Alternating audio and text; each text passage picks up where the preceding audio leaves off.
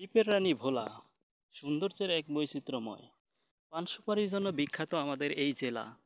চারিদিকে রয়েছে সবুজ মনোরম পরিবেশ এবং সুপারি বাগান এবং পান। আরও রয়েছে হাওর নদী, খাল বিল এবং রূপালী ইলিশের জন্য বিখ্যাত আমাদের এই ভোলা। দ্বীপ আর বৈচিত্র্যময় সৌন্দর্যের তুলনায় এক অপরূপ দৃশ্য হচ্ছে আমাদের ভোলা জেলা। কোনো অংশে কম নয় ভোলা জেলার বৈচিত্র্যময় সৌন্দর্যের পরিবেশ অ্যান্ড মনোমুগ্ধ স্নিগ্ধতার হাওর বাতাস এবং ঠান্ডা মনোমুগ্ধ পরিবেশ দেখাচ্ছে ভিডিওটির মাধ্যমে তুলে ধরার চেষ্টা কিছুটা হলো।